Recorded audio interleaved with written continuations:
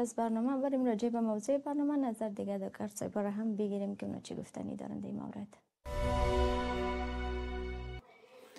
دیاله په پاک او سپېڅلي نوم زه متخصص ډاکټر اسمت الله څپاند د افغان هیلث روغتون د داخله څانګې شیف او مشر نن غواړو چې په یوه بله مهمه ناروغۍ باندې خبرې وکړو چې هغه د جګر یا د ینې د غوړو څخه عبارت دي. دغه ناروغي زموږ او تاسو په ټولنه کې بیخي زیاته ده او زیاتره خلک له دې ناروغۍ څخه ځورېږي کله چې دوی د بل کوم ناروغۍ لپاره دوی الټراساونډ یا تلویزیوني معاینه اجرا کوي نو په دې کې بیا د جګر هغه غوړ راوځي. خدای مه کړه دغه ناروغي زموږ په ټولنه کې مخ په اضافه کېدو ده او که چېرته همدغسې روانه وي نو دا د ځیګر د تخریب باعث کېږي، د ځیګر د کینسرونو سرطان باعث کېږي او همدارنګه د مرۍ په داخل کې د وینې د غوټو د جوړېدو باعث کېږي. راځو دې ته چې دغه ناروغي څه ته ویل کېږي. کله چې په دوامداره شکل د وزن د زیاتوالي له امله یا هم په وینه کې د غوړو د اضافه کېدو له امله دغه د وینې اضافه غوړ په جګر کې یا په ینه کې جمع شي او بیا د فاټي لیور ډیزیز یا د غوړې ینې په نوم دغه ناروغي رامنځته کړي. دې ته وایي چې فاټي لیور ډیزیز یا د وینې چرب کېدل او یا هم غوړېدل. دغه البته په دوه ډوله رامنځته کېږي. یو نان الکحالیک دي چې په دې کې هغه کسان چې دوی د الکولو څخه استفاده ونه کړي خو بیا هم دوی زیات غوړ استعمالوي، خپل د وزن کنټرول نه کوي، ځای په ځای باندې ناست وي، دوی سپورت نه کوي او یا هم شکر ناروغي لري نو په دې خلکو کې دغه ناروغي رامنځته کېږي. او یا هم هغه خلک چې په ارثي ډول په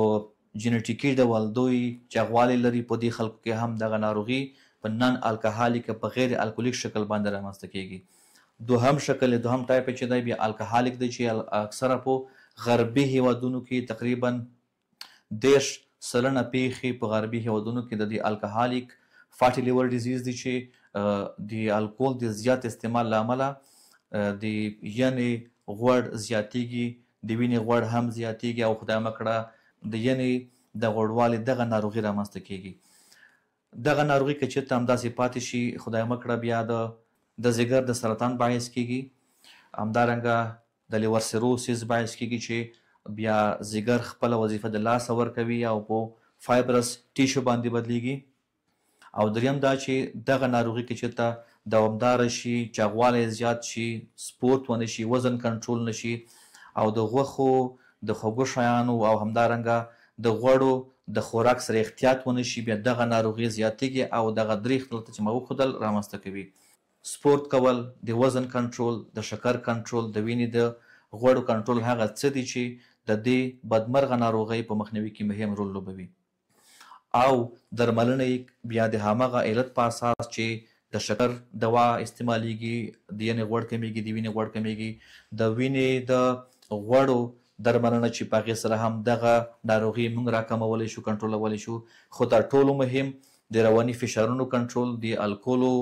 او همدارنګه د خوږو شیانو، د غوړو شیانو او د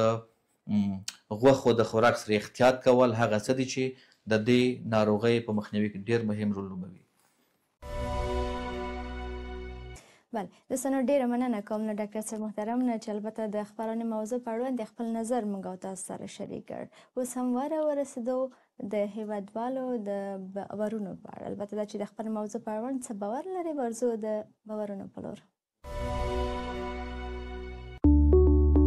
کسی که چربی خون داره چربی جگر هم داره.